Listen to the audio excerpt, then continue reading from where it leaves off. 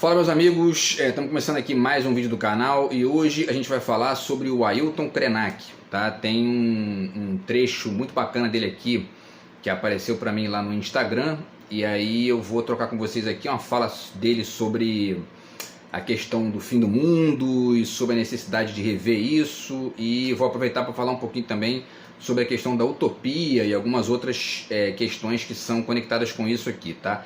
De certa forma, essa fala dele é uma espécie de contraponto ao posicionamento do Lobão, né? Que disse aí que, enfim, não tá mais a fim de participar de nada, quer abandonar a política e tudo mais. Então, quer dizer, a fala do Krenak é um pouco o oposto do Lobão.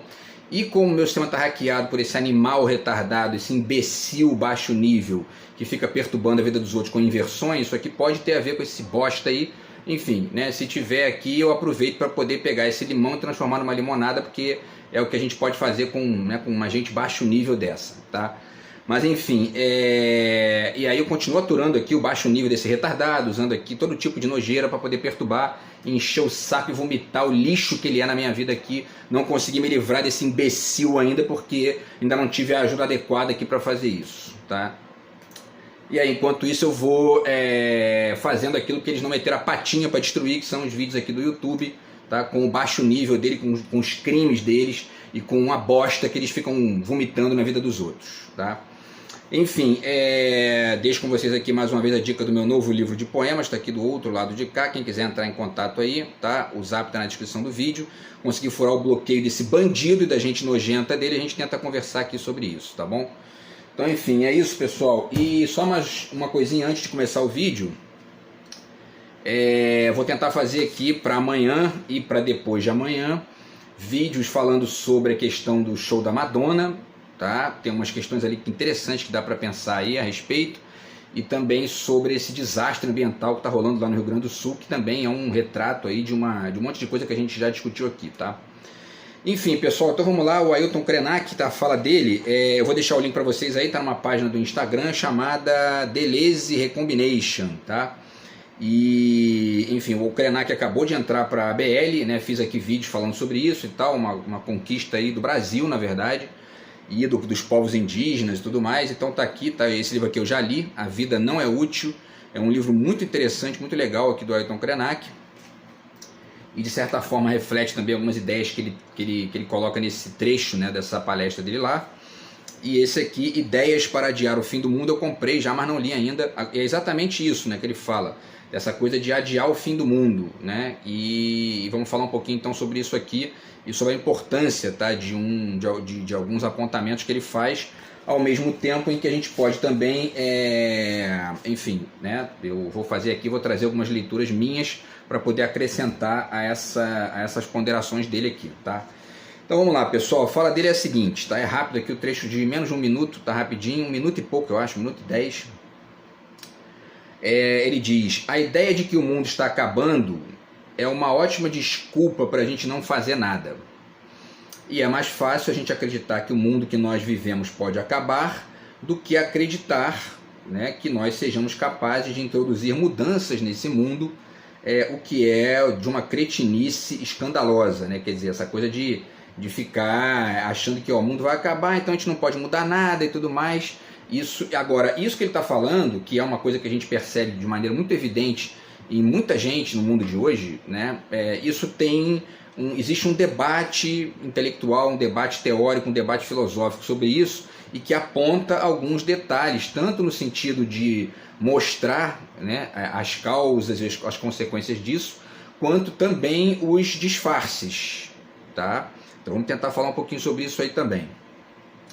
E aí o Krenak continua: além da preguiça, além da falta de coragem, né, ele denuncia também um cretinismo, que seria um empobrecimento do espírito. Nós temos que ter capacidade de mudar o mundo que nós estamos habitando, principalmente quando nós sabemos o dano que nós estamos causando com a nossa maneira de estar aqui. Não é por estarmos aqui que essa casa comum ela é um lugar maravilhoso para a gente coabitar com todos os outros seres que existem, né? Que essa visão mais complexa, né, do Ailton Krenak, não uma visão simplificada, reduzida e ao mesmo tempo ali muito simplória, tá? nós somos bem-vindos aqui. A questão é que quem não é bem-vindo aqui é o nosso modo de estar aqui. Nós estamos do jeito errado aqui na Terra. Tá? Então, esse discurso interessante, importante aí do Ailton Krenak. E vamos fazer então algumas considerações aqui. Deixa eu ver aqui, né? Eu separei, tá? A sequência, né? Vamos lá então. Primeiro, essas duas ideias iniciais da fala dele. Ele diz que a ideia de que o mundo está acabando, que é uma ideia muito efetiva, né, na nossa época, diante dos desastres ambientais. Essa própria questão que está acontecendo no Rio Grande do Sul lá é um fato que alimenta, né, esse tipo de perspectiva, e ao mesmo tempo tanto um fatalismo quanto muitas vezes o escapismo, né, que são duas posições aí que às vezes atrapalham você a tentar estabelecer modificações, né? E inclusive quando eu fizer aqui o vídeo falando sobre esses desastres no Rio Grande do Sul, vocês vão ver que os posicionamentos da direita e da esquerda são um reflexo de alternativas de posicionamento em relação a esse fatalismo, tá? Mas enfim, então o que eu coloquei aqui é o seguinte: existe uma mistura de fatalismo com cinismo nessa ideia, e aí eu estou pensando na questão até mais ampla, né, na fala do Krenak, não só no desastre do Rio Grande do Sul, tá? Então, para mim existe uma mistura de fatalismo com cinismo, que seria um niilismo de baixo nível, né? O niilismo de alto nível, o que seria o niilismo de alto nível? Para quem não sabe, o niilismo é essa corrente filosófica, o Nietzsche ali é o nome principal, e vai, enfim, caminhando para o século XX, transvaloração, né? Transposição de todos os valores, transmutação de todos os valores, quer dizer, entender que os valores não são fixos, etc. e tal.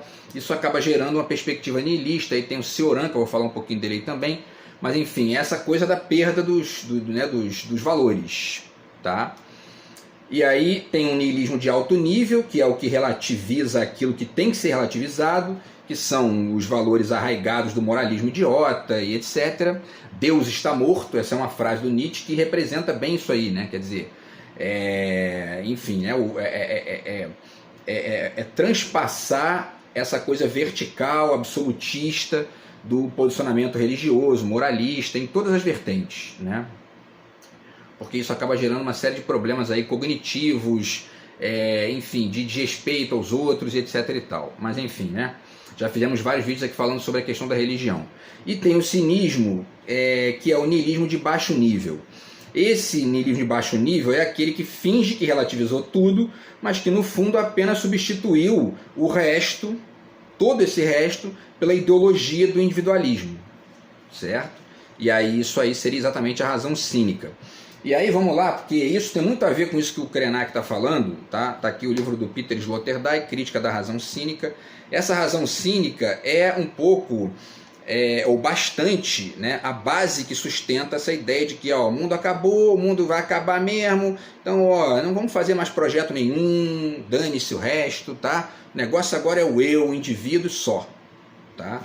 Dois trechos aqui do Sloterdijk para ponderar isso aqui. Ele diz na página 31: o cinismo moderno apresenta-se como estado de consciência que se segue às ideologias ingênuas e ao esclarecimento dessas ideologias, ou seja, as ideologias que eram o quê? Projetos de longo prazo, ou projetos aparentemente fixos, etc. e tal, tomados como um finalismo da história, etc. e tal. Isso foi deslocado por um esclarecimento, que seria, enfim, grosso modo falando, aquela questão ali da queda do Muro de Berlim. Tudo isso aí acabou gerando essa movimentação, e na cabeça de uma certa parcela das pessoas, o capitalismo venceu, acabou, não tem mais dialética, não tem mais, enfim, embates históricos, etc. As ideologias acabaram.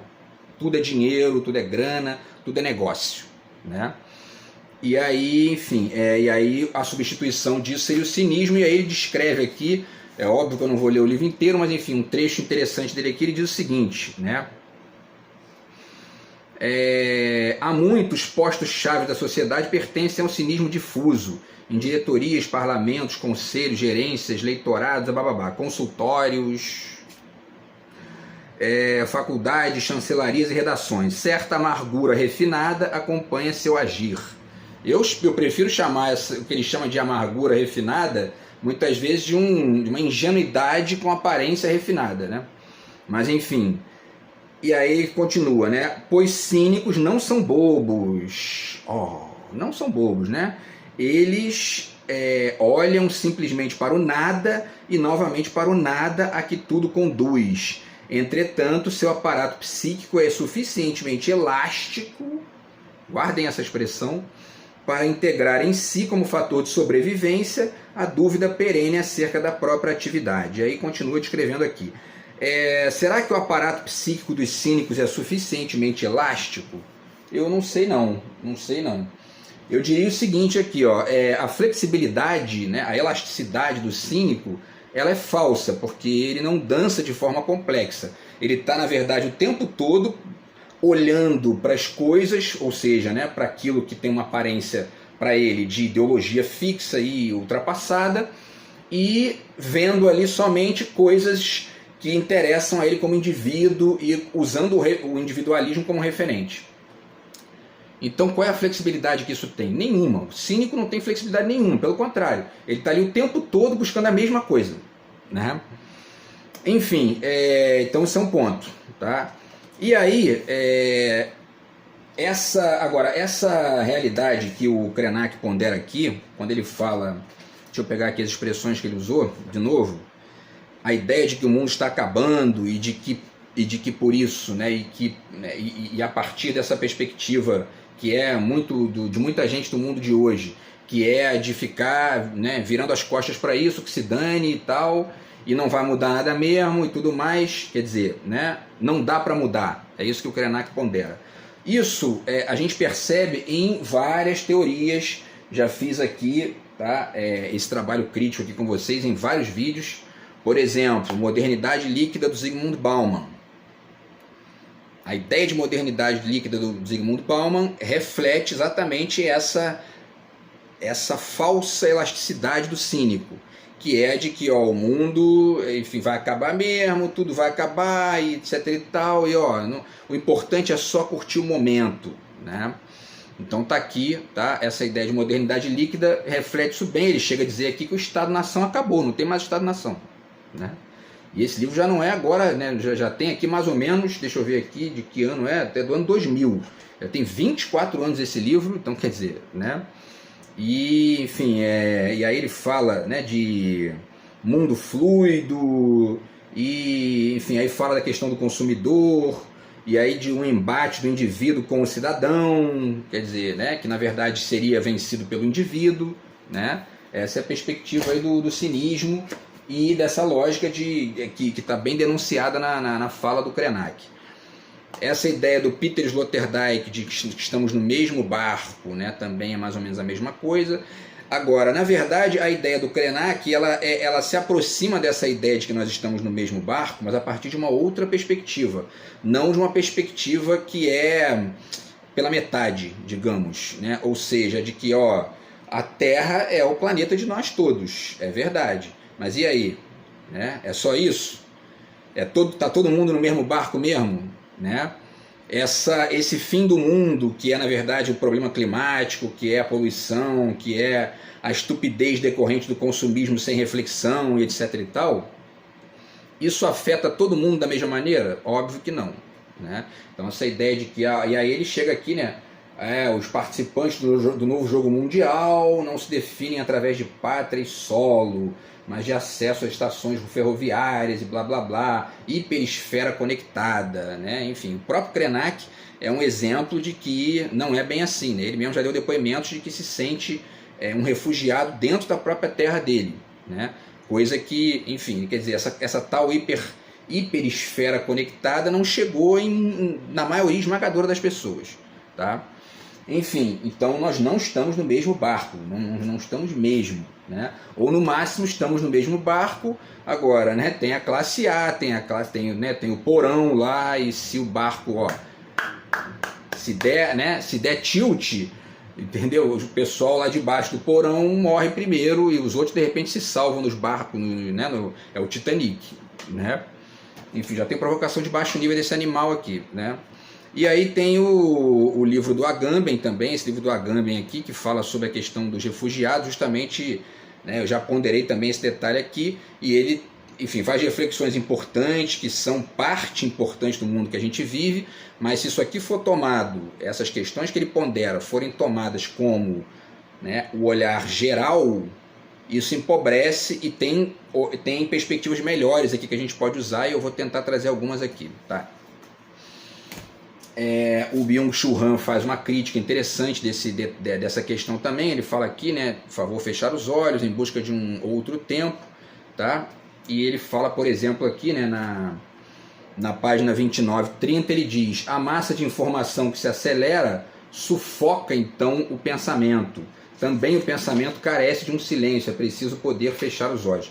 Essa questão de informação acelerada demais, né, também é parte desse contexto que acaba impedindo de desenhar essas questões de maneira mais ampla, tá? Então tudo isso aí é importante de ponderar. E aí, pessoal, chegamos aqui à questão da utopia, tá? Que é a questão que está conectada mais diretamente com a fala do Krenak, tá? Quando o Krenak pondera essas coisas importantes aqui, que a gente, né, é mais fácil a gente acreditar que o mundo que nós vivemos pode acabar do que acreditar que nós sejamos capazes de introduzir mudanças nesse mundo. E isso é de uma cretinice escandalosa, além de preguiça e falta de coragem. Todo esse contexto aqui, né, essas desculpas, preguiça, falta de coragem, de estabelecer projetos de mudança, estabelecer posicionamento, ficar o tempo todo dizendo: "Ih, ó, esquece isso", sabe? Tudo isso, isso se reflete num conceito que reflete muito bem o que a gente está vivendo nessa parcela das pessoas, que é o conceito de pós-utópico. Tá aqui, ele é discutido aqui por essa autora, né, que se chama brasileira, que se chama Higina Moreira Bruzzi, tá? E ela fala várias vezes sobre esse conceito aqui, tem um capítulo inclusive só sobre esse conceito. E aí ela diz que a busca de um lugar pós-utópico implica de antemão um paradoxo clássico. Se a utopia é o não lugar, o topos ou eu topos, lugar ideal ou imaginário, o lugar pós-utópico é o lugar do não lugar. Na verdade, a própria palavra utopia significa não lugar, né? Então, uma coisa pós-utópica, é até engraçado isso, o paradoxo não está exatamente aqui, está justamente no fato de que a expressão pós-utópico deveria significar lugar, né? Mas é o contrário, na verdade está significando justamente essa coisa de acabou os projetos, tudo isso que o Krenak está ponderando ali. Acabou aí essa coisa de ficar estabelecendo projeto a médio e longo prazo, e aí o Estado acabou, e a ideologia acabou, não tem mais ideologia, viés ideológico, e toda essa balela que a gente tem escutado no Brasil aí nos últimos 10 anos. Tudo isso é um pouco reflexo dessa ingenuidade aqui do pós-utópico, tá?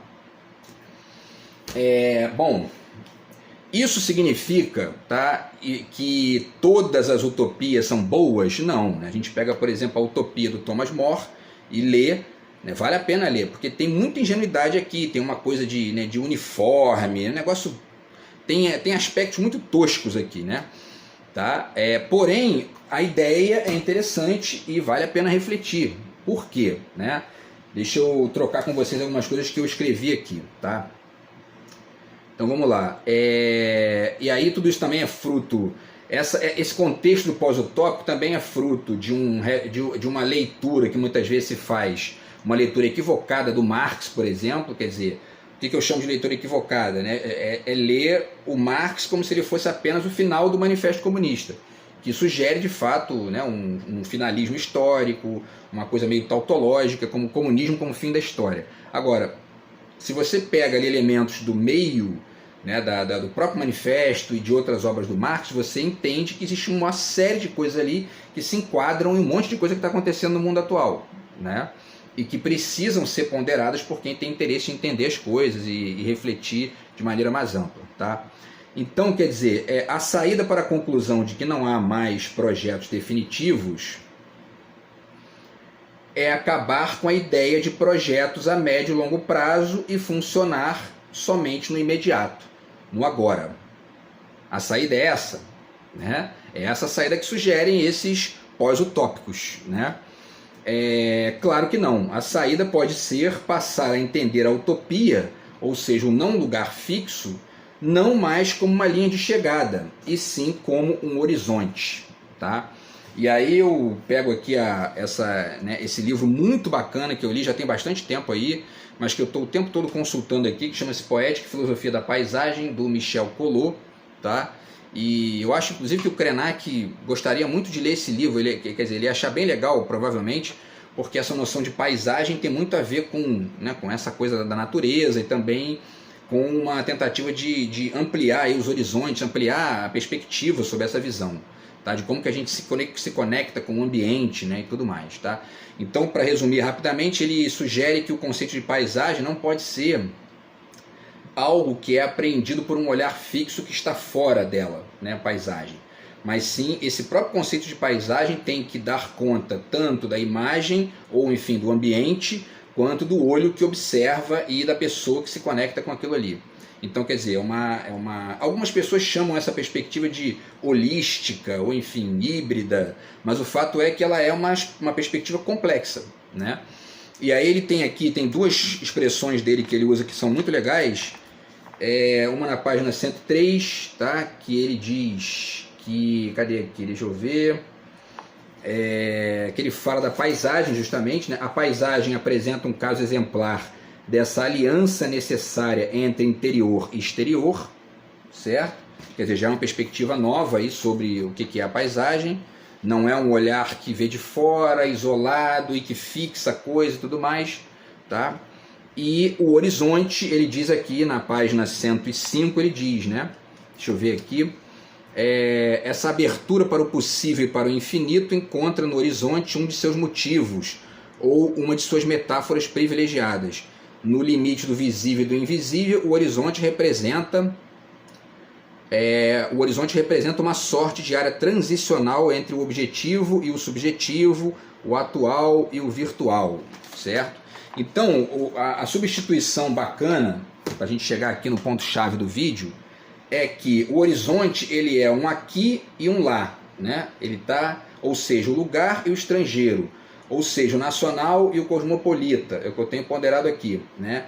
E entre o agora, o curto prazo, e o depois, o longo prazo. Portanto, entre o imediato e o projeto, né? Essa oscilação e essa dinâmica, né? Que não é uma dinâmica de aceleração idiota, mas sim uma dinâmica de perspectiva dessas duas velocidades. Isso faz com que você comece a deixar de acreditar nessas bobagens de pós-utópico, fim dos projetos e etc e tal, fim do Estado-nação e etc e tal, tá? Então, eu já fiz inclusive trabalho aqui desenvolvendo ainda mais essa ideia do horizonte para a ideia da praia, que ainda é uma coisa ainda melhor ainda, é uma imagem mais interessante, né, para refletir isso aí, tá? Enfim, posso fazer vídeos aí no futuro sobre isso e tudo mais, tá? E aí, só para citar como referência, duas referenciazinhas rápidas para a gente finalizar o vídeo. O Bachelard, né, tem esses dois, né, o Krenak fala bastante da Terra, né? Então, o Bachelard tem esse livro aqui, que é A Terra e os Devaneios do Repouso, tá? E tem esse outro livro aqui também que se chama A Terra e os Devaneios da Vontade, quer dizer, o repouso e a vontade. Essa oscilação aí é que é o barato para poder substituir essa lógica pós-utópica, que é uma lógica que seria só a lógica da vontade acelerada a um nível incomensurável e muitas vezes estúpido, né? Porque impede de perceber a necessidade muitas vezes de pensar projetos de médio e longo prazo e tudo mais, tá? Então, os devaneios do repouso seriam o aqui, né, e a proteção do local, etc e tal, coisa que o mundo desenvolvido todo faz, tá? E a terra e os devaneios da vontade seria o lá, a mudança, o diálogo com o mundo e etc e tal. Essas duas coisas têm que oscilar, senão a gente fica preso ou, né, só no local ou só no cosmopolita, ou só na mudança ou só no fixo, certo? O que mais, pessoal? Então, e aí, o Manuel de Barros também reflete bem isso na poesia dele. Tem a gramática expositiva do chão, certo? Que é justamente a terra e os devaneios do repouso, tá? E o meu quintal é maior do que o mundo, é a terra e os devaneios da vontade, certo? Então isso aí dá para pensar bem aí em relação com essa fala do Krenak. E aí, para finalizar, pessoal, a melhor forma o autor mais interessante que tem para ponderar isso aí, me parece que é o Edgar Morin, tá? Quando a gente pega, por exemplo, né, eu já falei aqui, esse livro do Cioran, História e Utopia, o Cioran está ponderando aqui justamente o seguinte, né, ele fala na página 90, se não me engano, eu acho que é na página 90, aqui uma citação muito bacana que tem dele, que ele fala o seguinte aqui, é na página 90, só agimos sob a fascinação do impossível. Isto significa que uma sociedade incapaz de gerar uma utopia e de consagrar-se a ela está ameaçada de esclerose e de ruína. Então, se a gente ficar acreditando que não existe utopia, que não existe possibilidade de mudar, que não existe projeto de médio e longo prazo, a gente fica preso no imediato, não faz a reflexão necessária nem sobre a nossa história, nem sobre as possibilidades que a gente tem para diante, e fica ali o tempo todo remendando no improviso eterno, né, que do ponto de vista de uma, enfim, de uma nação, de uma sociedade, etc. e tal, isso não se sustenta, e mais uma vez esse caso do Rio Grande do Sul lá mostra bem isso, tá? Então, qual é a saída? A saída, enfim, não vai dar para falar tudo aqui, mas eu vou já passar direto para o Edgar Morin. A saída está no pensamento complexo, tá aqui o Edgar Morin, os 7 saberes necessários à educação do futuro, tá? E aí ele fala de uma perspectiva multidimensional, que é justamente essa, né, de você não ficar preso nem num nem no outro, você está oscilando entre esses registros, certo? Ele usa a expressão homocomplexos, tá aqui na página, se não me engano, na página 58, tá? Deixa eu ver aqui, mas eu acho que é na página 58, tá? Na página 59 ele usa homocomplexos, que é muito melhor do que esse papo furado de homodeus aí do Harari, que isso aí gera materialzinho na mão de tiranos e tiranos disfarçadinhos entendeu? Então assim, eu prefiro essa expressão homocomplexos, que é muito mais interessante. E aí ele fala de uma perspectiva unitas multiplex, que é a unidade e a diversidade. Então a esfera individual, a esfera social, tudo isso... E tudo isso se reflete, né, no posicionamento do Krenak. Quando a gente lê o livro dele, a gente vê isso. E inclusive de uma perspectiva indígena, que é mais enriquecedora ainda, né, para a gente.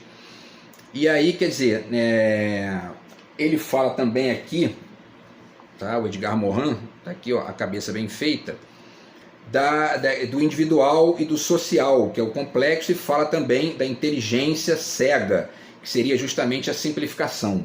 Né? Quer dizer, quando a nossa inteligência é cega, a gente fica simplificando, tudo e essa ideia de simplificação, ela é uma espécie de substrato do imediatismo da mentalidade pós-utópica, tá? Então, quer dizer, o importante não é simplificar, o importante é entender contextos mais amplos para a gente poder melhorar o mundo, para a gente poder, enfim, melhorar a nossa sociedade e tudo mais, tá?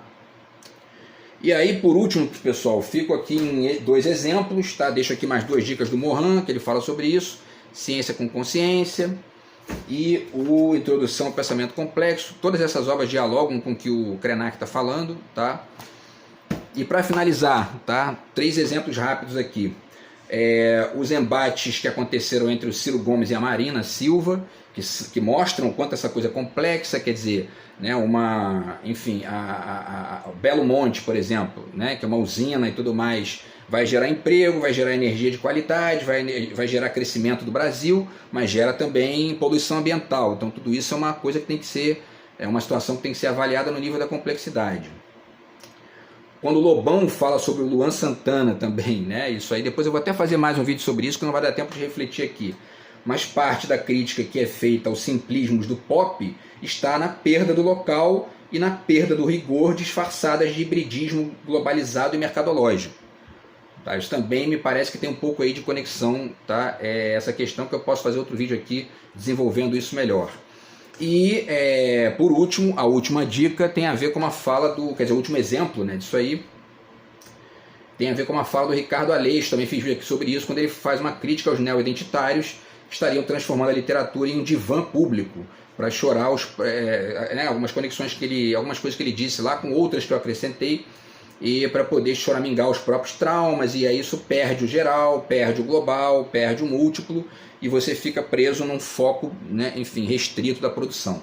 Então Então tudo isso aí pede perspectivas mais complexas, tá?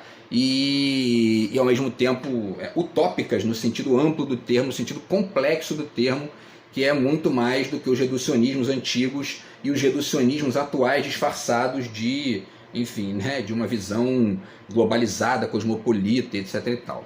Beleza? Então é isso, pessoal. Essa foi a reflexão em cima da fala do Krenak. A gente se fala no vídeo de amanhã. Grande abraço, tamo junto. Fui.